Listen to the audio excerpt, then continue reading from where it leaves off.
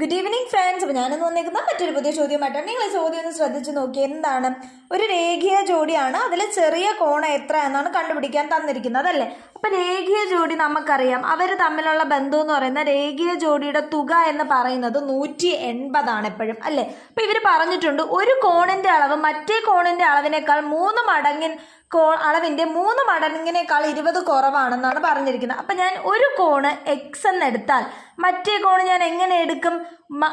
ആദ്യത്തെ കോണിൻ്റെ 3 മടങ്ങിനേക്കാൾ 20 കുറവ്, അതായത് 3 മടങ്ങ്. അപ്പം 3x 20 കുറവ്.